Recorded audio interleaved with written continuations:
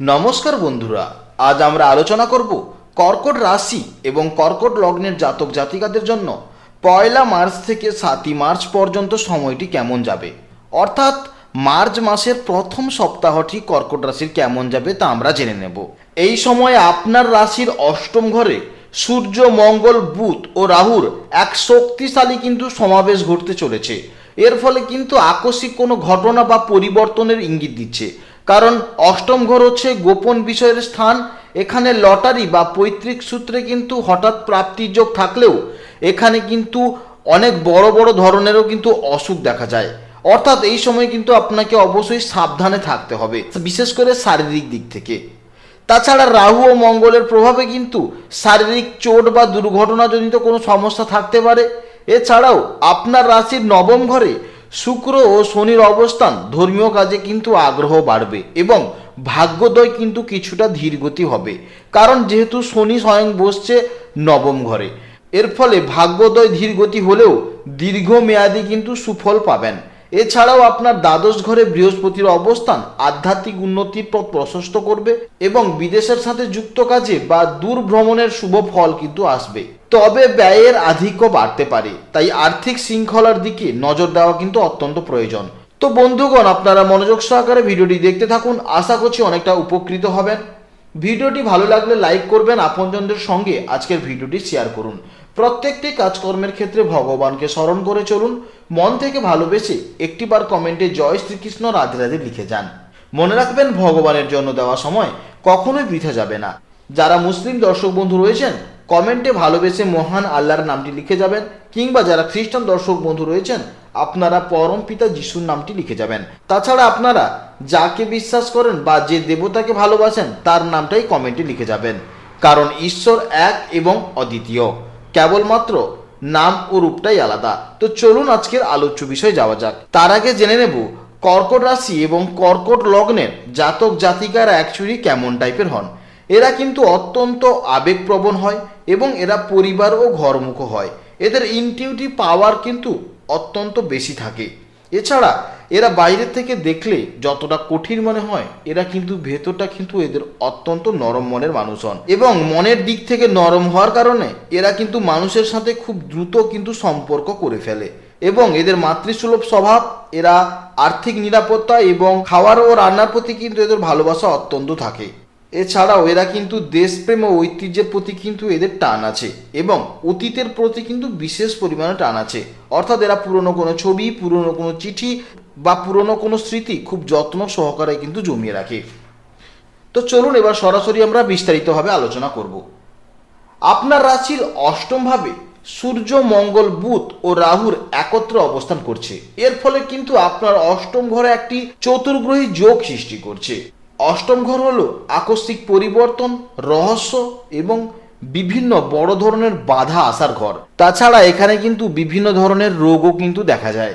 অষ্টম ঘর negativity house হওয়া সত্ত্বেও যেসব বিজনেসে বা যেসব সমস্ত কাজে আর্থিক প্রাপ্তি ঘটবে তা আমরা এবার কিন্তু জেনে নেব। তাই অষ্টম ঘরে মঙ্গলের সাথে রাহুর উপস্থিতি পৈতৃক সম্পত্তি কেনাবেচা, লোকাল প্রমোটিং বা ইন্স্যুরেন্স এজেন্ট এবং পুরনো লোহা বা ভাঙাচোরা ব্যবসার সাথে যুক্ত ব্যক্তিদের জন্য অভাবনীয় কিন্তু অর্থপ্রাপ্তির যোগ তৈরি হবে।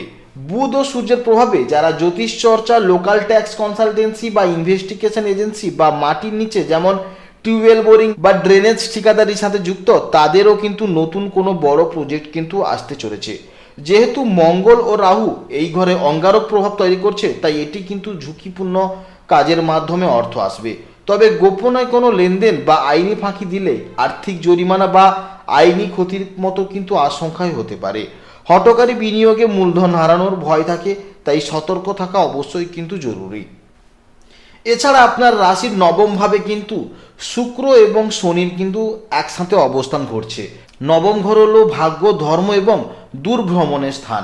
শুক্র ও শনির এই মিলনের ফলে যারা মিষ্টি দোকান করছেন কিংবা যারা ডেইরি ব্যবসা করছেন বা যাদের মাছের আড়ত আছে বা মৎস্য চাষ করছেন এবং যারা লোকাল ক্যাটারিং বা ডেকোরেশনের ব্যবসার সাথে যুক্ত আছেন, তাদের কিন্তু ভাগ্যের সহায়তা প্রচুর অর্থ ও সুনাম এনে দেবে। শনি এখানে থাকায় যারা ওষুধের দোকান, লোকাল নার্সিংহোম এবং হার্ডওয়্যার ব্যবসার সাথে যুক্ত, তাদের কিন্তু বকেয়া টাকা আদায় হবে এবং আয়ের একটা স্থায়ী পথ তৈরি হবে।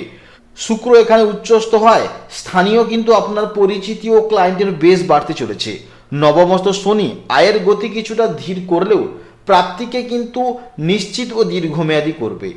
আপনার রাশির দ্বাদশভাবে বৃহস্পতির অবস্থানের ফলে আধ্যাত্মিক এবং দূরবর্তী সম্পর্কের ক্ষেত্রে কিন্তু প্রভাব ফেলবে। যারা লোকাল লাইব্রেরি, মন্দির বা আশ্রমের পরিচালনা করছেন, কিংবা যারা শিক্ষকতা বা আধ্যাত্মিক পরামর্শদাতা হিসেবে কাজ করেন, তাদের সমাজে কিন্তু সম্মান বাড়বে। তবে দ্বাদশে বৃহস্পতি থাকার কারণে আপনাকে কিন্তু আদালতের চক্কর কাটতে হতে পারে, অথবা হাসপাতালের বিল বা কোনো বড় দান ধ্যানে কিন্তু একটা ব্যয় বৃদ্ধির প্রবল সম্ভাবনা রয়েছে। অর্থাৎ আপনার কিন্তু একটা টাকা খরচের ব্যাপার আছে, সেটা আদালত কিংবা আইনি সমস্যায় হলেও হতে পারে, কিংবা সেটা হাসপাতালে হতে পারে, কিংবা আপনাকে কিন্তু বড় দান ধ্যানে কিন্তু ব্যয় হতে পারে। অর্থাৎ আপনার কিন্তু আর্থিক ক্ষতি হওয়ার একটা সম্ভাবনা দেখা যাচ্ছে। বৃহস্পতি এখানে কিন্তু জ্ঞান ও ব্যয়ের সমন্বয় ঘটাবে। এই সময় টাকা জমানোর চেয়ে কিন্তু খরচের একটা ভাব বেশি থাকবে। তবে বৃহস্পতির শুভ দৃষ্টি আপনার সাহস ও কর্মক্ষমতাকে কিন্তু পরোক্ষভাবে রক্ষা করবে। এছাড়া আপনার রাশির দ্বিতীয়ভাবে যেহেতু কেতু অবস্থান করছে, এর ফলে যারা সাংবাদিকতা করেন কিংবা মোবাইল রিপেয়ারিং শপ বা যাদের সেকেন্ড হ্যান্ড গাড়ি কেনা বেচার ব্যবসা আছেন এবং যারা ছোটোখাটো ডেলিভারি সার্ভিসের সাথে যুক্ত আছেন, তাদের জন্য কিন্তু এই সময়টা মোটামুটি একটা ভালো যাবে। কারণ কেতু এখানে আপনাকে সঞ্চয়ের পথে কিছু আকস্মিক বাধা তৈরি করতে পারে। অর্থাৎ আপনার মধ্যে একটা কিন্তু উদাসীনতা ভাব তৈরি করতে পারে এই সময়। কারণ যেহেতু কেতু আপনার দ্বিতীয় ঘরে আছে, অর্থাৎ টাকা পয়সা ক্ষেত্রেও কিন্তু একটা উদাসীনতা ভাব দেখা যাবে। এছাড়াও পারিবারিক কোনো সম্পত্তি বা গয়না নিয়ে বিবাদ হতে পারে, যা আর্থিক স্থিতিশীলতাকে বিঘ্নিত করতে পারে। কথা বলার সময় তাই সংযম বজায় রাখা আপনার অত্যন্ত জরুরি, অন্যথায় কিন্তু সমস্যা হতে পারে। এছাড়া আপনার রাশির অষ্টম ঘরে যেহেতু সূর্য, মঙ্গল, বুধ ও রাহু একত্রে একটা চতুর্গ্রহী যোগ সৃষ্টি করছে, এই চারটি গ্রহের অবস্থানের কারণে আপনার মনের উপর একটা কিন্তু প্রচণ্ড চাপ বৃদ্ধি পাবে। এর ফলে কিন্তু কি হবে, যে তুচ্ছ কারণে বা ছোট কারণে কিন্তু সঙ্গীর উপর আপনি মেজাজ হারিয়ে ফেলবেন। এর ফলে কিন্তু মঙ্গল ও রাহুর প্রভাবে সম্পর্কের হঠকারী কোনো সিদ্ধান্ত, যেমন হুট করে ব্রেকআপ বা ঝগড়া লাগার একটা সম্ভাবনা দেখা যাচ্ছে। তাই প্রেমের ক্ষেত্রে কোনো গোপন তথ্য বা তৃতীয় কোনো ব্যক্তির কথা শুনে উত্তেজিত হওয়া কিন্তু আপনার জন্য ক্ষতিকর হতে পারে। এই 7 দিন কিন্তু সম্পর্কের ক্ষেত্রে আপনাকে কিন্তু বড় ঝুঁকি না নেওয়াই কিন্তু আপনার ভালো হবে। নবম ঘরে শুক্র অত্যন্ত উচ্চ অবস্থায় আছে বলে আপনার ভালোবাসার টান থাকবে, কিন্তু শনির সাথে থাকায় সেই ভালোবাসার কিন্তু বাধা বা গাম্ভীর্য তৈরি হবে। যারা বিবাহিত তাদের জন্য জীবনসঙ্গীর সাথে কোনো ধর্মীয় কাজে সময় কাটানো সম্পর্কের তিক্ততা কমাতে পারে। এছাড়া যারা প্রেম করছেন তারা বুঝতে পারলেন যে অষ্টম ঘরে যেহেতু চারটি প্ল্যানেট বসেছে, এর ফলে কিন্তু প্রেমের ক্ষেত্রে সমস্যা হবে, অর্থাৎ ছোটোখাটো বিষয় নিয়ে সমস্যা হবে। যেহেতু প্রেমের কারক শুক্র এই মুহূর্তে নবম হাউসে বসে আছে, তাই আপনারা যদি কোনো দূরবর্তী ভ্রমণ বা আপনারা যদি স্পিরিচুয়ালি অর্থাৎ আধ্যাত্মিকতার কোনো জায়গা থেকে ঘুরে আসতে পারেন, তাহলে কিন্তু একমাত্র সম্পর্কের মধ্যে কিন্তু একটা টান আসবে। অষ্টম ঘরে যেহেতু সূর্য, বুধ, মঙ্গল ও রাহুর এই 4টি গ্রহের কিন্তু একসাথে চতুর্গ্রহী যোগ সৃষ্টি হচ্ছে, এর ফলে কিন্তু আপনার আকস্মিক চোট, ক্রনিক রোগ এবং অপারেশনের মতন কিন্তু সম্ভাবনা দেখা যাবে। অষ্টম ঘরে মঙ্গলের সাথে রাহুর উপস্থিতিতে আকস্মিক দুর্ঘটনা বা চোট এবং শরীর থেকে রক্তপাতের কিন্তু প্রবল ঝুঁকি রয়েছে। এছাড়াও সূর্য ও রাহুর প্রভাবে হার্টের সমস্যায় যারা ভুগছেন তাদের কিন্তু প্রচুর পরিমাণে সমস্যা দেখা যাবে। এছাড়া মাথা যন্ত্রণা, মাথা ভার হয়ে থাকা, বিভিন্ন রকমের কিন্তু সমস্যা দেখা যাবে। বুধের উপস্থিতির ফলে পাইলস সমস্যা এবং পেটের নিচের অংশের সমস্যা হবে। এছাড়াও বিভিন্ন রকমের শরীরের নার্ভের প্রবলেম দেখা যাবে। তার সঙ্গে সঙ্গে কেতুর প্রভাবে দাঁতের মাড়িতে যন্ত্রণা হবে বা ইনফেকশন দেখা যেতে পারে, এবং মুখে আলসার বা জিভে ঘা হওয়ার মতনও কিন্তু সম্ভাবনা দেখা যাবে। তাছাড়াও চোখ লাল হয়ে যাওয়া বা চোখে জ্বালা পোড়ার মতন কিন্তু একটা উপসর্গ দেখা যেতে পারে। তাই অবশ্যই কিন্তু সাবধানে থাকুন, কারণ এই সময়ে কিন্তু বিভিন্ন রকমের কিন্তু অসুখের একটা সম্ভাবনা দেখা যাচ্ছে। এছাড়াও শনি ও শুক্রের প্রভাবে আপনার কিন্তু গাঁটে ব্যথা হতে পারে বা পায়ের পাতা ফোলা হতে পারে। এছাড়াও শরীরে বিভিন্ন ধরনের অ্যালার্জি, ত্বকে র্যাশ, এই ধরনের কিন্তু উপসর্গ দেখা যাবে। তার সঙ্গে সঙ্গে কিন্তু অনিদ্রা বা ঘুমের সমস্যাও কিন্তু দেখা যেতে পারে। এছাড়াও যারা কর্কট রাশি বা কর্কট লগ্নের জাতক জাতিকাদের আগে থেকে কোনো রোগ আছে, এই সময় কিন্তু সেটা আরও স্প্রেড করবে, অর্থাৎ বাড়তে পারে। তাই অবশ্যই আপনারা সাবধানে থাকুন। কর্কট রাশির জন্য অষ্টম ভাব হলো কি, যে গুপ্তবিদ্যা, গবেষণা এবং জটিল কারিগরি শিক্ষাস্থান। এই 4টি শক্তিশালী গ্রহের অবস্থানে মেধার এক গভীর প্রয়োগ নির্দেশ করছে। যারা টেকনিক্যাল কলেজে electrical, chemical engineering, data science, forensic science অথবা গুপ্তবিদ্যা বা জ্যোতিষ চর্চা নিয়ে পড়াশোনা করছেন বা চর্চা করছেন, তাদের জন্য কিন্তু এই সময়টা কিন্তু অত্যন্ত অনুকূল। যারা মেকানিক বা ইলেকট্রিক মিস্ত্রির কাজ শিখছেন, তারা কিন্তু জটিল সমস্যার সমাধান করতে পারেন। লজিক্যাল বুদ্ধির বিকাশ ঘটলেও রাহু ও মঙ্গলের প্রভাবে ল্যাপটপ বা ফোনের অপব্যবহার হতে পারে। পড়াশোনায় গভীরতা আসবে, কিন্তু মাঝে মাঝে মনোযোগ হারিয়ে গিয়ে শর্টকাট পদ্ধতিতে সিলেবাস শেষ করা একটা কিন্তু প্রবণতা থাকবে, যার ফলে কিন্তু আপনাকে পরে পশ্চাতে হতে পারে। কোনো বিষয়ে অতিরিক্ত জেদ না দেখিয়ে শিক্ষকদের পরামর্শ মেনে চলা কিন্তু আপনার অত্যন্ত জরুরি। এছাড়া যারা আঞ্চলিক সাংবাদিকতা, লাইব্রেরি সায়েন্স, স্টেনোগ্রাফি বা প্রাথমিক পর্যায়ে কোনো সার্টিফিকেট কোর্স করছেন, তাদের জন্য কিন্তু সময়টা মোটামুটি চলবে। যারা ইতিহাস বা প্রাচীন সাহিত্য নিয়ে পড়ছেন, তারা নতুন কিছু জানতে পারবেন। এছাড়া আপনার রাশির নবম ভাব হল উচ্চশিক্ষা, ভাগ্য এবং উচ্চতর ডিগ্রি স্থান। যারা স্থানীয় কলেজে ফ্যাশন ডিজাইনিং বা যারা চারুকলা ও কারুকলা শিখছেন, কিংবা যারা সঙ্গীত বা নৃত্যকলা এবং নার্সিং বা প্যারামেডিক্যাল কোর্সে যুক্ত আছেন, কিংবা যারা মডেলিং কোর্স করছেন, তাদের জন্য কিন্তু এটি সাফল্যের সময়। এছাড়াও যারা হোটেল ম্যানেজমেন্ট বা ট্রাভেল অ্যান্ড ট্যুরিজম নিয়ে পড়ছেন, তাদের জন্য কিন্তু ভালো সময় দেখা যাচ্ছে।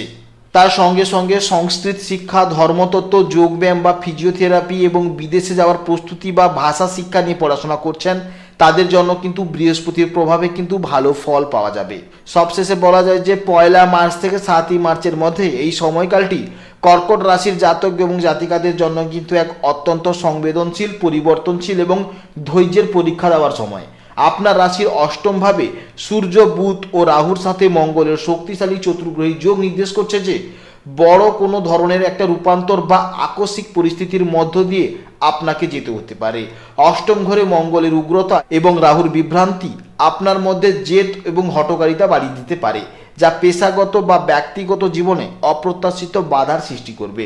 তাই এই সময় জীবনের প্রতিটি পদক্ষেপকে সতর্কতা অবলম্বন করা এবং যে কোনো ঝুঁকি এড়িয়ে চলা কিন্তু আপনার জন্য সাফল্যের মূল মন্ত্র হবে। পাশাপাশি আপনার রাশির নবম ভাবে শনিদেবের সাথে রাশির অধিপতি চন্দ্রের পরম মিত্র শুক্রের সহাবস্থান আপনার জন্য কিন্তু এক বড় স্বস্তি ও আশীর্বাদ হয়ে দাঁড়াবে। অর্থাৎ শুক্র উচ্চস্থ হওয়ায় কিন্তু আপনার আধ্যাত্মিক চেতনা বৃদ্ধি পাবে এবং ভাগ্যের সহায়তা আপনি বড় কোনো বিপদ থেকে রক্ষা পাবেন।